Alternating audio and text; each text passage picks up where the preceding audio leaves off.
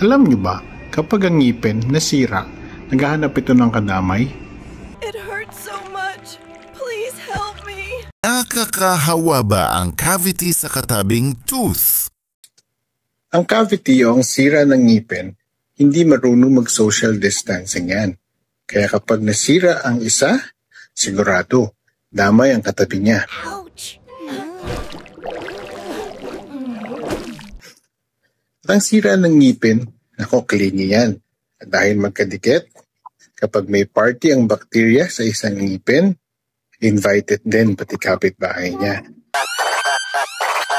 Bakterya din sa cavity ay mahilig sa mga leftovers o mga tirang pagkain. Yung tinga sa ngipin na butas, buffet yan para sa bakterya. At dahil sharing is caring, kakainin din ng bakterya pati katabing ngipin. Kapag nasira ang dalawang magkatabing ngipin, tinatawag din natin itong kissing cavities.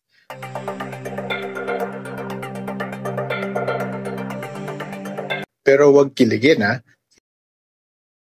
Hindi ito yung romantic na kiss. Ito yung kiss na masakit at magastos.